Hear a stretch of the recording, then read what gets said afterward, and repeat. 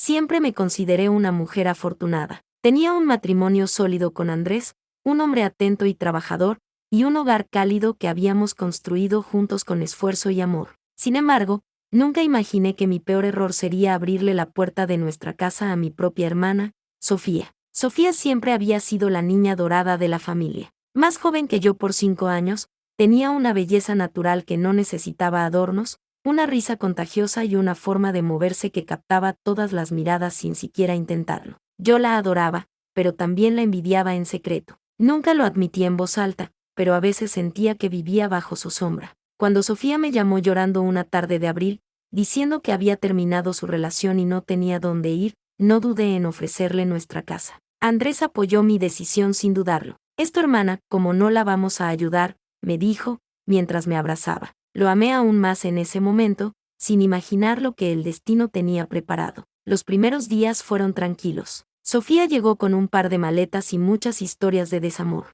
No tardó en adaptarse a nuestra rutina, ayudando con la casa y cocinando de vez en cuando. Me gustaba tenerla cerca, recordando los viejos tiempos cuando éramos niñas y compartíamos una habitación. Pero poco a poco, algo empezó a sentirse fuera de lugar. Todo comenzó con detalles pequeños. Noté que Sofía y Andrés se reían juntos más de lo normal, que cuando él llegaba del trabajo, ella siempre estaba impecable, con su cabello suelto y su mejor sonrisa, que sus conversaciones se alargaban más de lo necesario. Me convencí de que estaba imaginando cosas, que eran tonterías de mi mente celosa y paranoica, pero luego vinieron las señales más obvias. Una noche, desperté con sed y fui a la cocina. Cuando pasé por la sala, escuché susurros. Me acerqué y vi a Sofía y Andrés sentados en el sofá, muy juntos. Ella le tocaba el brazo mientras él sonreía. No hacían nada abiertamente indebido, pero la cercanía, la forma en que sus cuerpos parecían buscarse, sentí una punzada en el estómago. Decidí no confrontarlos de inmediato. Quizás solo estaba siendo una esposa insegura, pero a partir de esa noche, me volví más observadora. Sofía empezó a usar ropa más ajustada cuando Andrés estaba en casa. Se ofrecía a prepararle el café antes de que yo pudiera hacerlo. Y lo peor, él no la alejaba. No la miraba como a una hermana política, sino como a una mujer. El verdadero golpe llegó cuando encontré un cabello largo y rubio en la almohada de Andrés. Un cabello que no era mío. Se me heló la sangre. ¿Era posible que ya hubieran cruzado la línea, o solo estaba exagerando? Me prometí a mí misma que descubriría la verdad, sin importar lo que me costara. El cabello rubio en la almohada fue la chispa que encendió mi paranoia. Me repetía que quizás había sido un descuido, que Sofía solo se había sentado en nuestra cama por accidente. Pero la duda se anidó en mi pecho como una espina imposible de ignorar. Empecé a vigilar sus movimientos con más atención. Noté que Sofía y Andrés se buscaban con la mirada cuando pensaban que yo no veía, que sus conversaciones se volvían más íntimas y que, cuando yo entraba en la habitación, se callaban de golpe. No podía seguir negándolo, algo estaba pasando entre ellos. Un día, fingí salir de casa. Me puse un abrigo, tomé mis llaves y anuncié que iría al supermercado. Salí, cerré la puerta con suavidad y me quedé en el umbral, esperando. Apenas pasaron unos minutos antes de escuchar risas desde la sala. Regresé sigilosamente y entreabrí la puerta. Mi corazón latía con fuerza. Desde mi posición, los vi juntos en el sofá, demasiado cerca. Sofía le tocaba la pierna a Andrés mientras se le murmuraba algo al oído. Mi sangre hervía, pero me obligué a no reaccionar todavía. Necesitaba pruebas. Algo concreto, algo que no pudiera negar. Esa noche, mientras Andrés dormía, tomé su teléfono. Mis manos temblaban mientras deslizaba la pantalla. No encontré nada comprometedor en los mensajes, pero cuando revisé las fotos, mi respiración se detuvo. Había una imagen de Sofía, tomada en nuestra sala, con una blusa que apenas la cubría. La foto no era provocativa, pero el hecho de que estuviera en el teléfono de mi esposo lo decía todo. No pude dormir esa noche. Cada vez que cerraba los ojos, la imagen de ellos juntos se repetía en mi mente como una pesadilla interminable. A la mañana siguiente, decidí que no podía seguir fingiendo. Me miré en el espejo y vi el rostro de una mujer que estaba perdiendo su hogar, su matrimonio y su dignidad. Pero si ellos pensaban que me quedaría de brazos cruzados, estaban muy equivocados. Lo descubriría todo, y cuando lo hiciera, ninguno de los dos se lo esperaría. Las noches se volvieron insoportables. El insomnio me devoraba mientras Andrés dormía plácidamente a mi lado, ajeno a las dudas que me carcomían por dentro. Cada vez que cerraba los ojos, la imagen de Sofía y él juntos en el sofá se repetía en mi mente. La foto en su teléfono, la forma en que ella lo tocaba, la manera en que sus miradas se encontraban cuando pensaban que yo no veía. Todo encajaba en una historia que no quería aceptar. Pero no podía seguir viviendo en la incertidumbre. Necesitaba pruebas definitivas. No bastaba con sospechas, tenía que ver la verdad con mis propios ojos, sentirla en la piel hasta que no quedara espacio para la negación. Esa tarde, después de que Andrés salió al trabajo, fingí una sonrisa y le pedí a Sofía que me ayudara a preparar la cena. Mi voz sonaba normal, pero por dentro, cada palabra me costaba un esfuerzo titánico. La observé con atención mientras cortaba los vegetales con una habilidad casi teatral. Su risa era ligera, despreocupada, como si nada estuviera mal, como si no estuviera destrozando mi matrimonio en silencio. Te veo tensa últimamente, comentó, mirándome con una mezcla de curiosidad y preocupación fingida. El trabajo ha sido pesado, mentí. Ella asintió y continuó con lo suyo, pero yo no me detuve. La observé, la estudié. Quería encontrar una grieta en su máscara perfecta, algo que me confirmara que todo lo que sospechaba era real. Esa noche, cuando Andrés se metió a bañar, volví a tomar su teléfono. Pero esta vez no busqué mensajes ni fotos. Accedí a la ubicación de su dispositivo, activando el historial de movimiento sin que él lo notara. Si estaban haciendo algo a mis espaldas, lo sabría pronto. Los días siguientes, revisé cada uno de sus pasos. Y entonces lo vi, un patrón. Cada martes y viernes, Andrés salía, tarde del trabajo, pero su teléfono marcaba una ubicación distinta. Un pequeño motel en la salida de la ciudad. Y lo peor, la ubicación de Sofía desaparecía a la misma hora. Mi corazón dejó de latir por un segundo. Ahí estaba, la confirmación. La traición era real. No lloré, no grité, solo me senté en la oscuridad de nuestra habitación y dejé que el vacío me envolviera. Pero algo dentro de mí se encendió como una llama. No iba a ser la víctima de esta historia. No iba a permitir que me vieran como la esposa ingenua que nunca se enteró. El viernes siguiente, cuando Andrés anunció que saldría tarde, lo besé en la mejilla y le deseé un buen día. Sonreí, fingí que no sabía nada. Luego, llamé a un taxi y lo seguí. Llegué al motel unos minutos después que él. Mi pulso se aceleró cuando vi su auto estacionado junto a otro que reconocí de inmediato. El de Sofía. Mi respiración se volvió errática,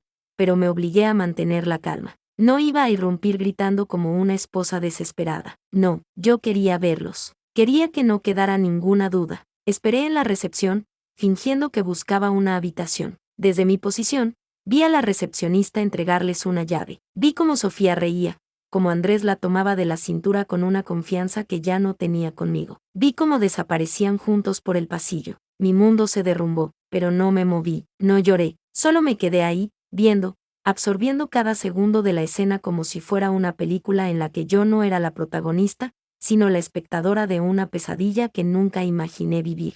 Cuando salieron una hora después, todavía arreglándose la ropa, pasaron a solo unos metros de mí. Sofía iba con su sonrisa radiante, con la satisfacción de alguien que cree haber ganado. Andrés, en cambio, tenía la expresión de alguien que no sospechaba que su mundo estaba a punto de derrumbarse. Cuando sus ojos se encontraron con los míos, su rostro se descompuso. Su piel perdió el color, su boca se entreabrió en un intento de hablar, pero las palabras no salieron. Sofía tardó un par de segundos en notar su reacción y se giró para verme. Su sonrisa se desvaneció al instante. Yo no dije nada, solo me di la vuelta y me fui. Esa noche, Andrés no volvió a casa, Sofía tampoco, pero ya no me importaba, porque la guerra apenas había comenzado. La traición, cuando es descubierta, no se siente como una herida de cuchillo. No es un corte limpio, no es una explosión de dolor inmediato. Es algo más profundo, más cruel. Es una gangrena que se expande lento, pudriéndolo todo desde dentro. Y esa noche,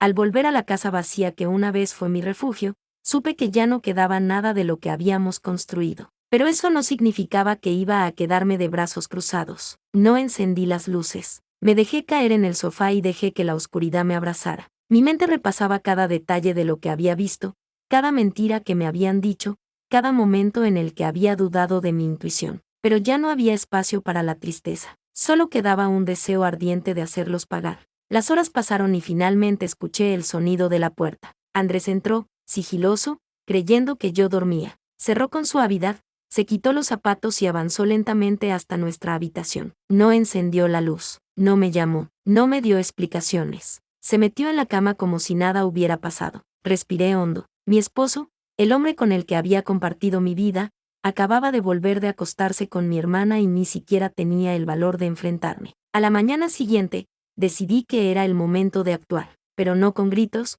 no con lágrimas. Mi venganza sería fría, meticulosa, despiadada. Comencé con Sofía. Sabía que se había quedado en un hotel esa noche, así que llamé a su trabajo y, fingiendo ser ella, renuncié. Utilicé la dulzura de su voz, la seguridad con la que solía hablar. Gracias por la oportunidad, pero he decidido tomar otro camino, dije con tono amable. Su jefe, sorprendido pero comprensivo, aceptó la renuncia sin dudar. Luego, fui a nuestra cuenta bancaria conjunta y transferí una buena parte de nuestro dinero a una cuenta privada que tenía desde antes de casarme. No lo tomé todo, solo lo suficiente para que sintiera la pérdida. Lo justo para que Andrés supiera que la estabilidad con la que contaba estaba a punto de desaparecer. Y después, lo mejor. Tomé el teléfono de Andrés y envié un mensaje a su jefe: tengo que confesar algo. He estado robando dinero de la empresa. Sé que es imperdonable, pero no puedo seguir ocultándolo. Estoy dispuesto a aceptar las consecuencias. El resultado fue inmediato. Una hora después,